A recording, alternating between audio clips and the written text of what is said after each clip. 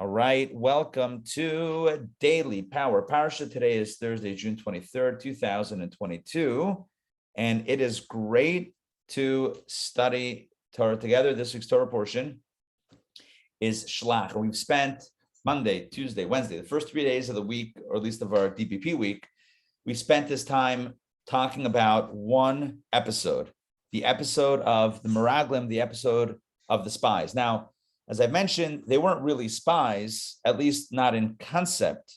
In the conception of who they weren't really spies.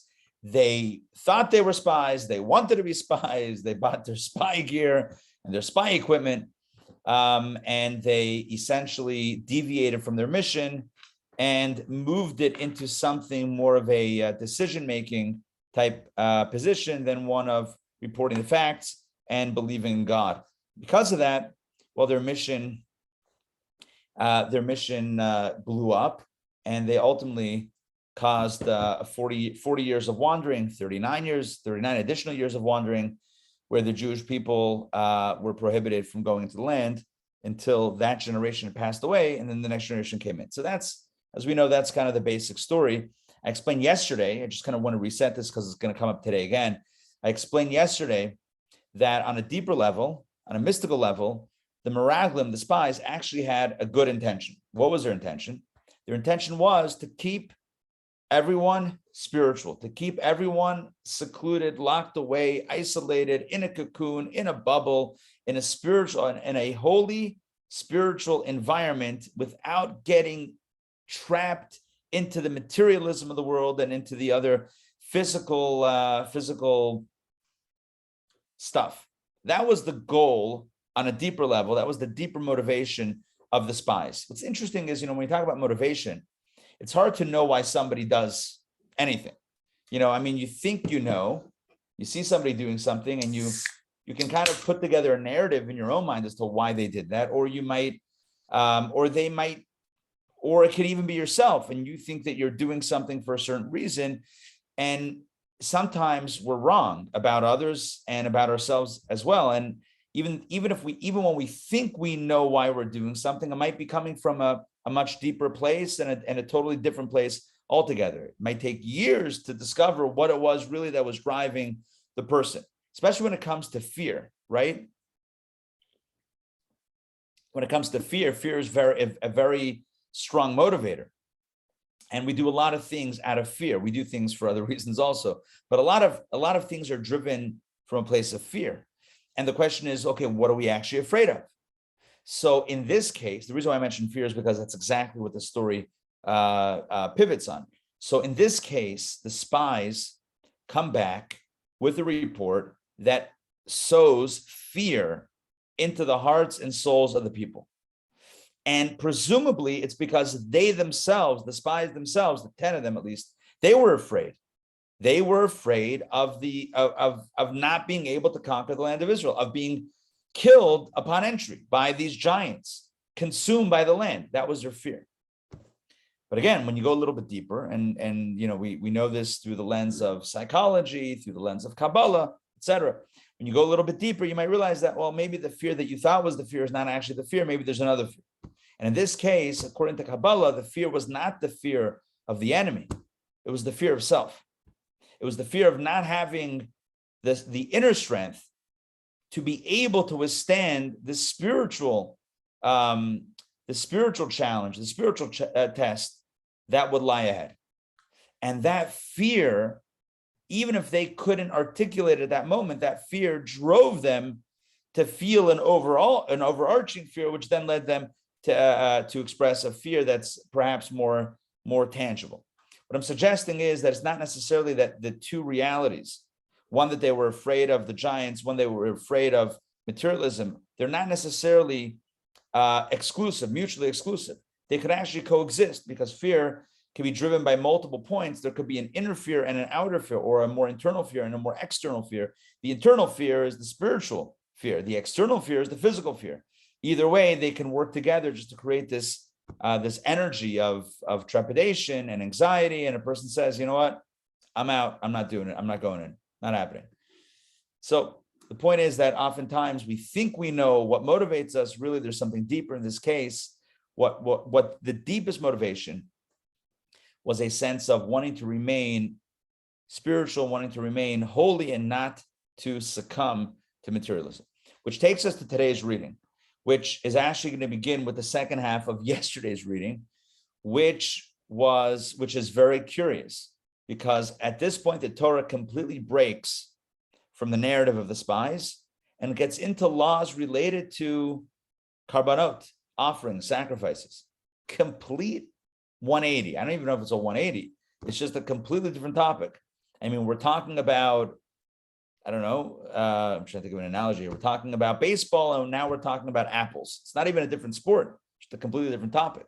We're talking about the spies and Moses and Israel and God and 40 years of wandering. And now it's about, as you'll see, now it's about sacrifices. Let's jump in. There's the simple reason and the deeper reason why these laws follow the narrative that we opened the Torah portion with. And my goal is to articulate both today. All right, so without further ado, let's jump in. And let me get to the right page, or the right screen on my side. Here we go. Okay, let me share my screen. And let's jump right in. All right, Torah reading for Shelach. This is reading number 4, which is yesterday's reading, but we are more than halfway through Numbers chapter 15, verse number 1. It makes sense, by the way, that whoever set up chapter and verse, right, would have set a new chapter at this point, because it seems completely different. Yet in Torah, in our tradition, this is all part of reading number 4, which means it's all part of one piece. So clearly there is a connection. Here we go. The Lord spoke to Moses, saying,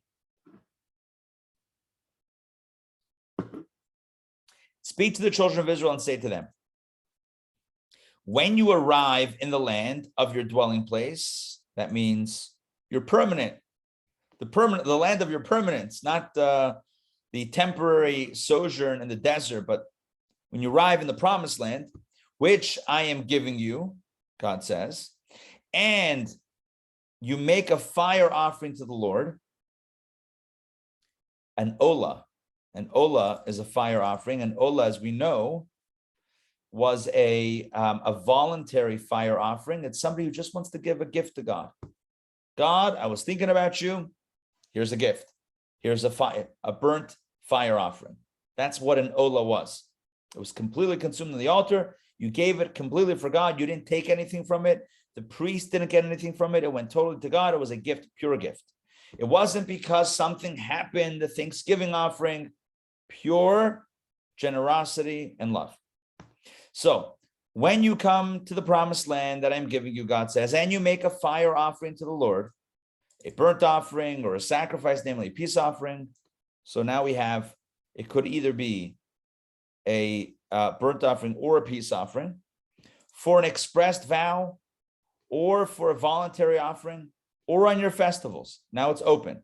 So it either could be the result of a promise. I pledge I will give an offering, or no promise. You just showed up one day to the temple or to the Mishkan with a sacrifice, or it's a holiday offering for the holiday.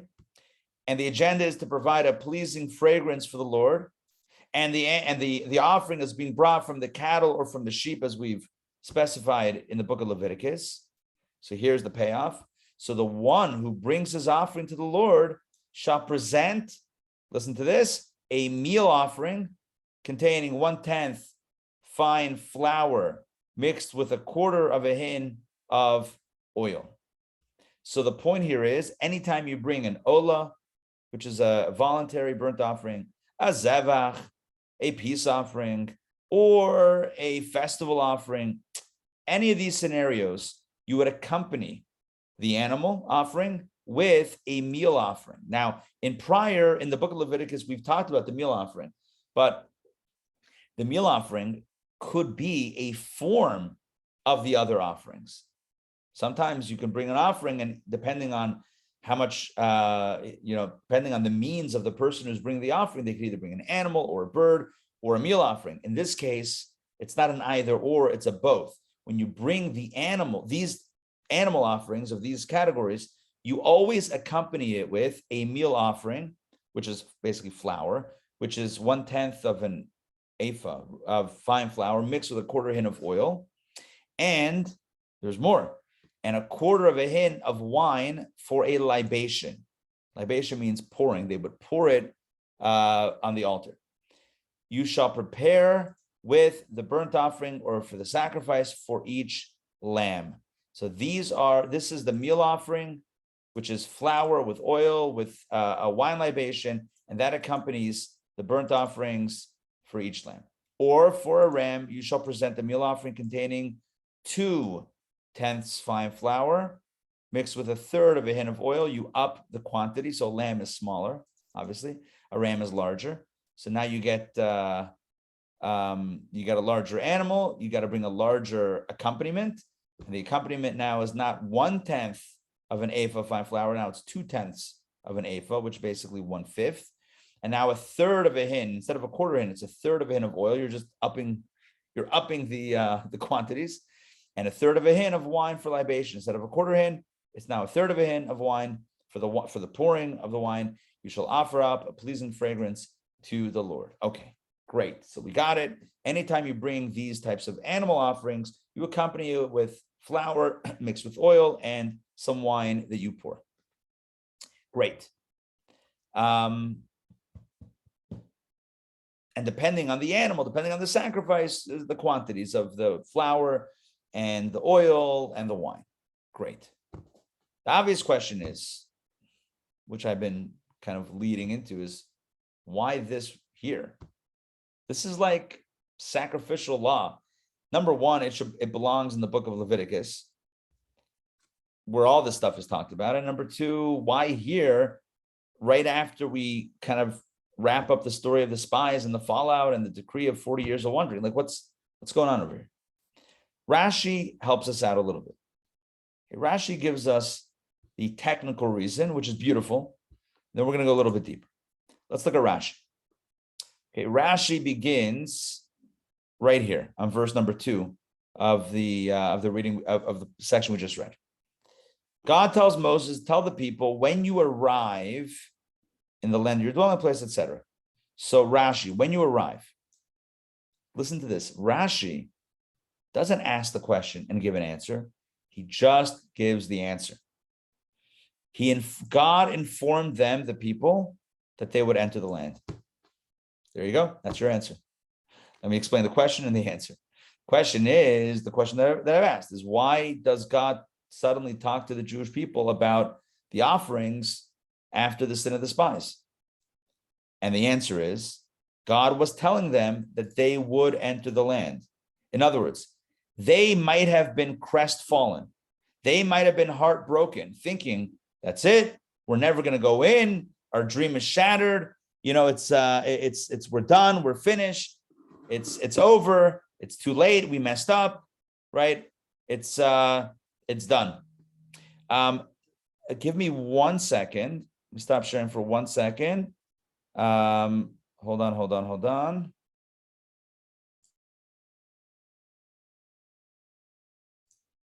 Give me 1 second here.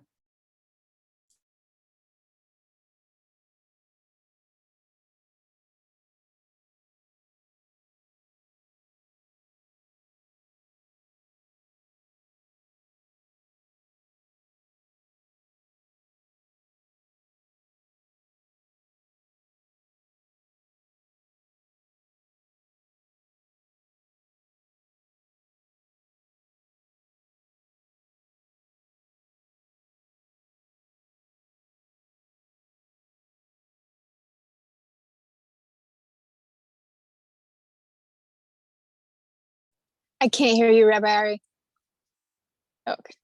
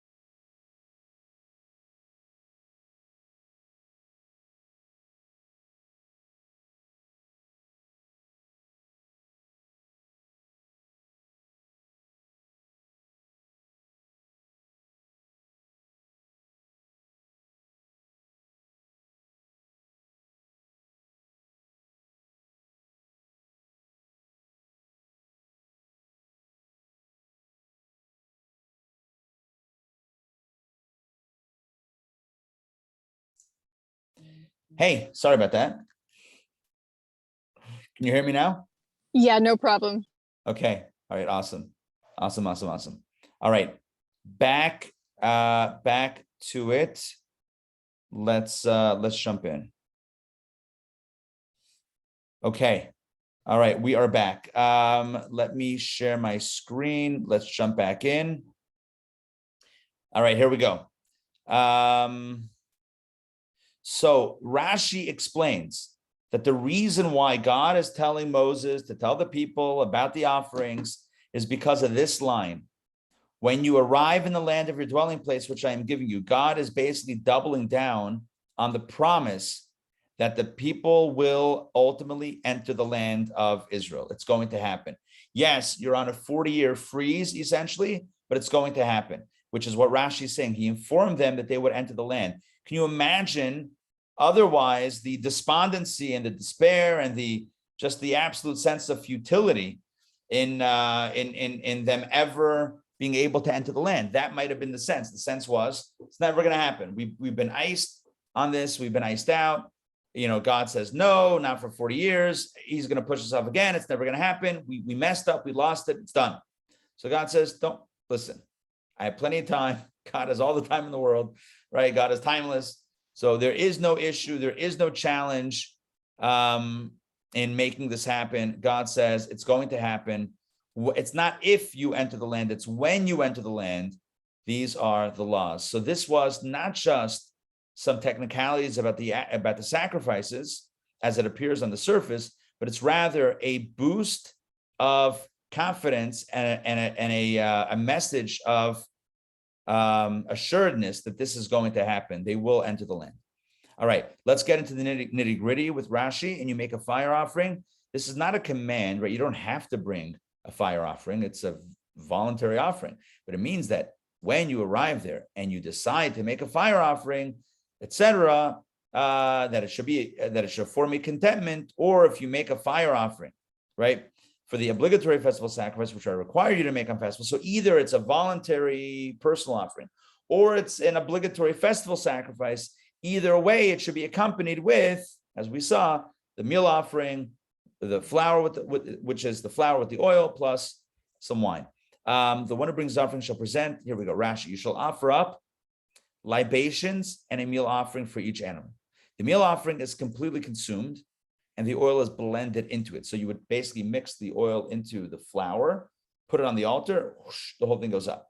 The wine, Rashi clarifies, is put into basins from which it runs onto the altar and down to the foundations, as we learn in Tractate Sukkah. Basically, it's poured into like a drainage system type thing. It's like poured into, I don't want to say like the word gutter, but it's kind of like that. And it goes into a basin and then runs into the altar and then down to the foundation, kind of just runs down. Okay, that is what is done when you bring the offerings. For each lamb, Rashi, this relates to everything mentioned above, the meal offering, the oil, and the wine, that is per lamb. So if you're bringing 2 lambs, you would double the quantities, obviously, because you do that amount per lamb, not per person. Just the Torah clarifies that, and Rashi explains. Or for a ram, if the animal you bring is a ram, then the quantities are greater. Interesting. Our sages expounded the word or to include a palgas, which is a sheep in its 13th month, which is neither a lamb nor a ram, libations of a ram. Okay, well, there you go. Now we know not only 2 categories, lambs and rams, but even a 3rd category, a middle category, when it's not a little lamb and not a big ram, but it's kind of like in the middle, it's a sheep. So that's has the classification of a ram insofar as the amount of flour, oil, and wine goes.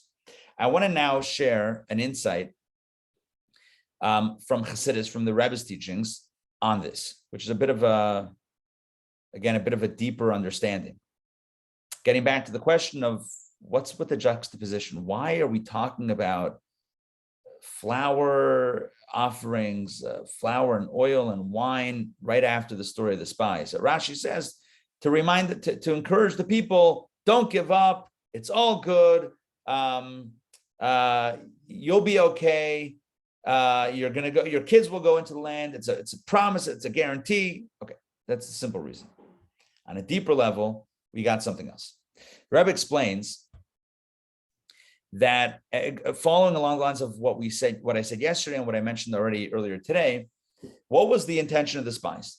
The spies wanted to remain spiritually safe and not have to enter the fray of physicality. They didn't want to enter into a material and mundane environment where they would be completely consumed. They basically didn't want the challenge of having to earn a living, become a farmer, work the land, earn money and spend money and not get consumed by the experience. They said, you know what?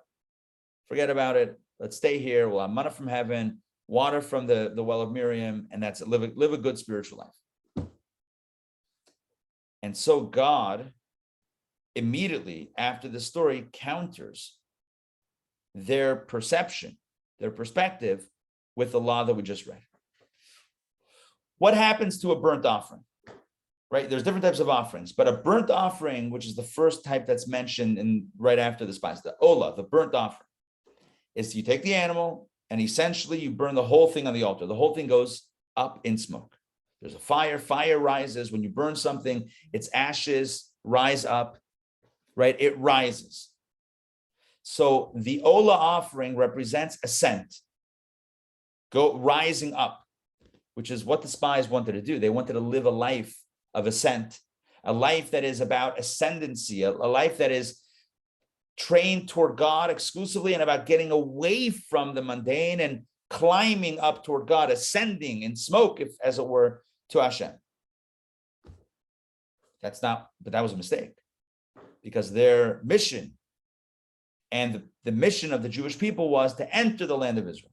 This was a sin. This was a mistake at the end of the day, because their mission was to go into the land and get a job and become farmers and work the land and make money and have to spend money and still bring heaven down to earth, not to run away from earth, but to bring heaven down to earth. And that's why God says, even when you bring an offering that goes up, don't forget about bringing the flour and the oil and the wine. Those things are poured down. I know that Rashi said that the flour is consumed ultimately, so it also, in a sense, goes up. But in a very large measure, the message was about going down. Certainly, the libation. I'm sorry about this. Give me one more second.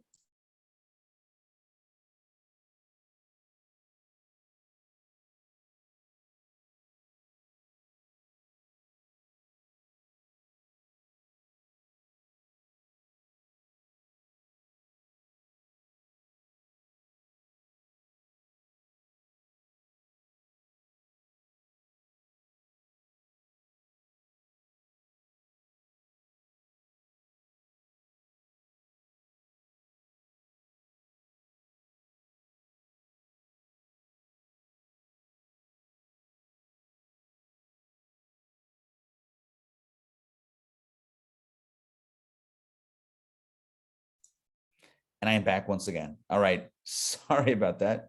Just navigating something very timely. Okay. So essentially, the way the Rebbe explains this is that God was indicating as a message for all time, for the spies and for the people at the time, and for us for all time, that even when you're in a state of ascent, as an olah, as a burnt offering, totally consumed, you're on fire, you're so excited, don't forget about the libation. Don't forget about pouring the wine. Don't forget about integration. Don't forget about taking that inspiration and grounding it into something tangible. This is a recurring theme in Kabbalah, in Hasidic philosophy, in the Rebbe's teaching. It's the same story, essentially, as Nadav and Avihu, the two sons of Aaron who passed away. Right? They went into the Holy of Holies and they brought an offering they shouldn't. They got too close. And what happened was their souls lifted up. They elevate. They ascended. Their souls separated from their bodies. And although that sounds spiritually romantic, that wasn't right. It was considered to be something incorrect, because God doesn't want us to run away. God wants us to integrate. Yes, there are moments of inspiration, moments in which we do need to get away from it for a little bit, We have times of prayer and study and meditation in which we get away from stuff. But then the ultimate is not to remain in that place, right, exclusively, but to bring it back into the real world, into the physical activities that we all take part of, and integrate it on that level and bring heaven down to earth, make this environment a holy space. And that's what the spies missed. They missed that memo. And so God says right after the spies, by the way, every time you bring a burnt offering, don't forget to pour some wine. Don't forget to come back down. Don't forget to integrate it. Because if you just run away with a burnt offering, it's the same mistake. Same mistake. So we have Yom Kippur, a day of the year in which we don't eat, we don't drink, right? We shun all physical pleasures. And it's a day that we're like the angels. We wear white traditionally. It's like we're on the level of angels. And that's one day a year. And then the next day, we're back down to earth because the goal is to integrate, to bring it back down. All right, so that's just a quick insight from the Rebbe on this topic. All right, let's now jump into today's reading 5, which gives us a little bit more details about the offerings and about the libations. Okay, here we go. If you prepare, it continues what we just read, right? If you prepare a young bull, so we had a lamb, a small animal. Then we had a ram. Was it a ram? We had a lamb and a ram, yes. So a ram was accompanied by a little bit of flour, oil, and wine. A ram, a little bit more. And then the next one is a bull. If you prepare a young bull as a burnt offering or a sacrifice by expressing a vow or for a peace offering for the Lord, any of these scenarios that you would bring a young bull. So with the young bull, again, the same thing. You shall offer up a meal offering consisting of 3/10 of an ephah of fine flour mixed with half a hin of oil. We've just upped the quantities. The larger the animal, the larger the accompaniment. It's a very simple formula. Lamb is small, ram is larger, a bull, even larger. And you shall offer up half a hin of wine for a libation, a fire offering, a pleasing fragrance to the Lord. So basically, just to be clear here, the scale for the flour is 1/10, 2/10, or 3/10, depending on the size of the animal. 1/10 for the small one, 2/10 for the middle size, 3/10 for the larger size. And for the oil and the wine, it's 1/4 of a hin. I'm sorry, it is what was the first one? The first one was, give me a second. The first one was 1/4 of a hin. And then 1/3 of a hin. There we go. 1/4, 1/3, and then 1/2. So again, also the liquids are going up. So the dry goes up 1/10. So 1/10, 2/10, 3/10, and 1/4, 1/3, and 1/2. Beautiful. I feel like we're following a recipe. All right, let's continue. So it shall be, yeah, we did that. 11. So shall it be done for each ox or ram, or for a young sheep or young goat. Same thing for all these animals. In accordance with the number of animals you offer up, so shall you present for each one according to their numbers. Every native born shall do it in this manner, to offer up a fire offering of pleasing fragrance to the Lord. And if a proselyte resides with you or those among you in future generations, and he offers up a fire offering of pleasing fragrance to the Lord, as you make it, so shall he make it. Same law, same formula. If you bring this type of animal, it's this amount of oil, flour, oil, and wine. That animal, it goes up. It's one rule applies to the assembly for yourselves and for the proselyte who resides with you. One rule applies throughout your generations, just as it is for you, so it is for the proselyte before the Lord. There shall be one law and one ordinance for you and the proselyte who resides with you. By the way, this is something that I've spoken about in different classes previously. And I believe the course that this took a lot of focus, that focused in on this for one of the lessons, was the course called, the course was called Judaism's Gifts to the World. And it was all about Jewish ideas that have gone viral, so to speak, and have had a positive impact on the world at large. And one of the classes was about, ended up in this idea that, when you respect the individual and you value every individual, and it's absolute. It's not relative. It's not because you are ascribing value, because if it's you or I are ascribing value, then it's subjective. But if there's objective value, then that becomes universal. And this leads to a system of law that is universal, that doesn't pick and choose who the laws apply to and who the laws not apply to. Famously, in ancient Rome, there were two sets of laws, one for the haves and one for the have-nots. So if two people committed the same crime, depending on your nobility, depending on your status in society, you would have a different sense, a different set of punishments that were available for you. And even till today, even today in the United States and, the wonderful democracy that we're in, we still have vestiges of that. We still have traces of that where, at least we could ask the question, is law and justice applied fairly and equally? And it's a valid question, at least to ask and to pursue. But Judaism, as we see today, at least with regards to the sacrificial service, and the formula says it's the same law, one law, whether you or the proselyte or the stranger amongst you, it doesn't make a difference. It's the same law. It's one law for all. And there's like 3 verses that kind of repeat the same thing. And to me, it's a message not only about the specific instance, but overall. Are there some areas in which things are a little asymmetrical? Sometimes.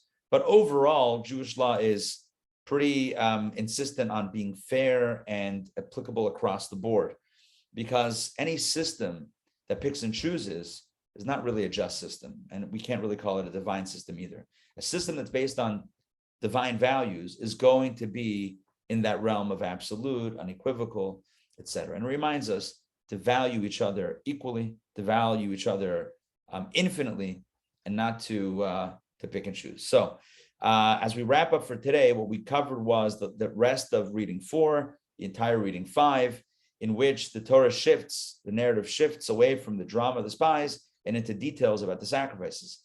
On a basic level, it's because God was reassuring the people, it's going to happen, you're going to go into the land, you'll inherit the land, all will be good. On a deeper level, God was, in the specifics, looking at the specifics, God was telling the Jewish people, even as you bring an ascent offering, a fire offering, even as you're in the space of transcendence and meditation, don't forget the wine.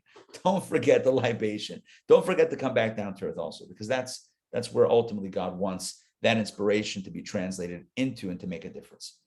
All right. That's it for today. Make sense? Yes, thank you, Rabbi Ari. Can I ask a question going back a few days?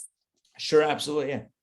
Yeah, so I was thinking about, the kvetching, and I was really thinking about Moses and when the decision was made that he wasn't going to go into the land of Israel. And I know, I think I remember that it was like, because he chose to strike the rock instead of speaking to it. Was that the deciding factor that you've told us before? You're asking an excellent question. And it's similar to what we read this week about when God decided for the 40 years of wandering, how it kind of like was formalized now after the first year. So there's really only 39 years. So how do you get 40? Because really God had thought about it already by the sin of the golden calf. So yes, the hitting of the rock, and by the way, the hitting of the rock happens at the end of the 40 years. Like a few months before they were going to go into land. That's when he hits the rock and God says, oh, you hit the rock, you're out. 39 years prior, already there are hints to the fact that he's not going in. Because God says only Caleb and Joshua are going to go in. He doesn't say Moses, Caleb, and Joshua, right? He doesn't specify Moses. And so the implication is on some level subtle, right? On some, maybe you would say, well, he doesn't have to mention Moses because Moses was a Levite and Moses was the leader. So obviously Moses is going to go in, but he doesn't say Moses. He doesn't specify Moses. And according to the commentaries, that's already a hint that foreshadowing, maybe that had to happen in order to really formalize it. But already it was known or on some level decreed that he wasn't going to go in. Look, there are multiple reasons for this. Even before we get to multiple reasons, remember last week's Torah portion? Remember when when the people asked for meat and Moses God, give me some help here. And God says, okay, appoint 70 people and they're going to have some of your spirit and prophecy and whatever. And then he chose 72 and only 70 of them got the call and 2 of them stayed behind, but they also began to prophesy and they started saying something that rankled Joshua, and he said, Moses, stop them, and Moses has let them go. What did they say? They said the prophecy was Moses will die, will pass away, and Joshua will lead them into the promised land. So this is at the beginning of the 40 years. There was already a prophecy. It was already being foretold on multiple levels, whether from Eldad and Medad in their prophecy, or from the omission of Moses' name in the story of the spies as to who would be going to the land. There were already foreshadowings of the fact that Moses was not going to go into the land. Yeah, it took him to hit a rock, maybe to like formalize it, so and to kind of pin it on that. But it seems pretty clear that at this point already, the writing was on the wall for Moses. We can ask the question, why? If he hadn't hit the rock yet, what did he do wrong? On this level, we would have to answer that he didn't do anything wrong. But he was the ultimate leader, and the ultimate leader goes down with his ship. The captain goes down with the ship, and if his generation, if his people are not going in, he's not going in. It's kind of the way it works, right? It's like his generation at this point is going to die in the desert over the next 40 years. It kind of makes sense that he's going to stay with them. He's the leader. The Medrash says something fascinating, that God offered Moses a chance to go in, but if he would go in and leave his people behind, then when Mashiach comes and the resurrection of the dead comes around, they would never be resurrected. They would be forever lost generation. And Moses said, no deal.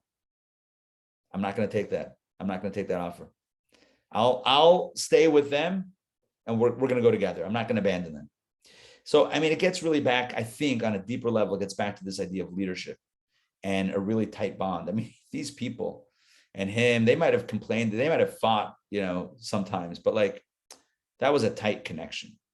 From slavery to freedom and all the stuff in between, they were tight. So Moses, it wasn't his destiny to leave and abandon them. It was his destiny to remain with them. It took hitting the rock, that was like the official cause of, his not going in, but really it was all sorts of other reasons and factors in a buildup. Anyway, but that's vis-a-vis Moses. Hope that clarifies.